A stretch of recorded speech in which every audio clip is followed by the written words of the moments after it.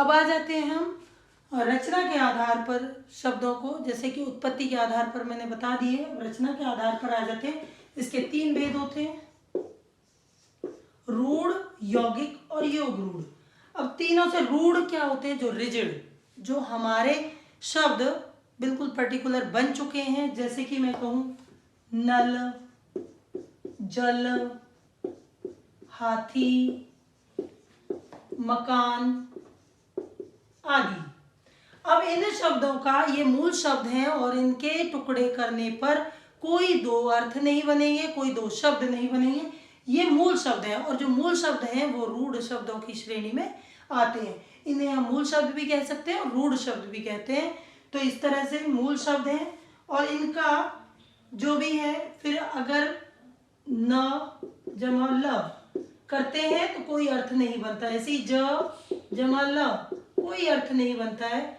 हाथी का भी हाथी, म कान, माँ का कोई अर्थ नहीं बनेगा, कान का बन जाएगा। चलो कान से तो हम आ जाते हैं इस तरह से। तो आपको ये ध्यान रखना है, जो शब्द है उसे तोड़ने के बाद दो हिस्से होकर उसके कोई अर्थ ना निकले दोनों हिस्सों का, तो वो हमारा रूढ़ शब्द है। यौगिक शब्दों में रसोई, घर, विद्यालय, पुस्तकालय, रेलगाड़ी आदि। अब ये आप देख लीजिए, रसोई घर, रसोई घर दो शब्दों से मिलता है। घर मीन घर का अलग अर्थ है, रसोई का अलग अर्थ है। ऐसे विद्या जमा आलय, आलय मीन घर, विद्या मीन ज्ञान। पुस्तक जमा आलय, पुस्तकों का घर। ऐसे रेल गाड़ी, जो रेल की गाड़ी हो, पटरी की जो गाड़ी हो उसे रेलगाड़ी कहते हैं। तो ये दो शब्दों से मिलकर बना है, इसलिए इसे यौगिक कहा गया है। दो शब्दों से मिलकर बना है, जो दो शब्द अपना अपना एक अर्थ रखते हैं, उन दो शब्दों से यौगिक करके ये शब्द बनते हैं, इन्हें यौगिक कहते हैं। अब योग रूढ़, यानी योग से तो बने हैं लेकिन रूढ़ भी हो चुके हैं। अब रूढ़ किसके लिए हो चुके हैं? किसी विशेष व्यक्ति, विशेष स्थान, किसी भी विशेष चीज के लिए। जैसे मैं बात करूं हिमालय, नीलकंठ। नीलकंठ कहते ही हमारे दिमाग में आ जाता है शिव भगवान। नीला है कंठ जिसका, तो वो नीला कंठ।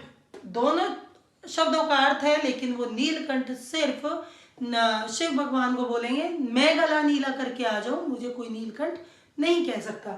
ऐसे ही हिमालय, हिमालय पर्वत को ही कहेंगे। वैसे तो इनका अर्थ अलग अलग है। हिम जमा आलय, आलय मीन घर, हिम मीन बर्फ।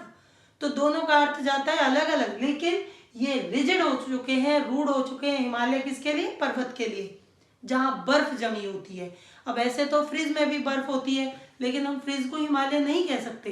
इस तरह से किसी विशेष व्यक्ति, विशेष स्थान, किसी भी चीज के लिए जो फेमस हो चुके हैं, जो प्रसिद्ध हो चुके हैं और रूढ़ हो चुके हैं। जैसे कि मैं बोलूं दशानन, दशानन 10 आनन है जिसके, किसको कहेंगे हम? मैं 10 सिर लगा लूं तो क्या दशानन कहेंगे? नहीं, सिर्फ रावण को दशानन कहा जाता है। इसलिए जो शब्द दो शब्दों से तो मिलकर बने, योग जमा रूढ़, योग से तो बने, दो शब्दों के योग से बने, लेकिन रूढ़ भी हो चुके हैं किसी विशेष व्यक्ति, विशेष स्थान आदि के लिए। तो इसलिए ये हो गया आपका रचना के आधार पर। धन्यवाद।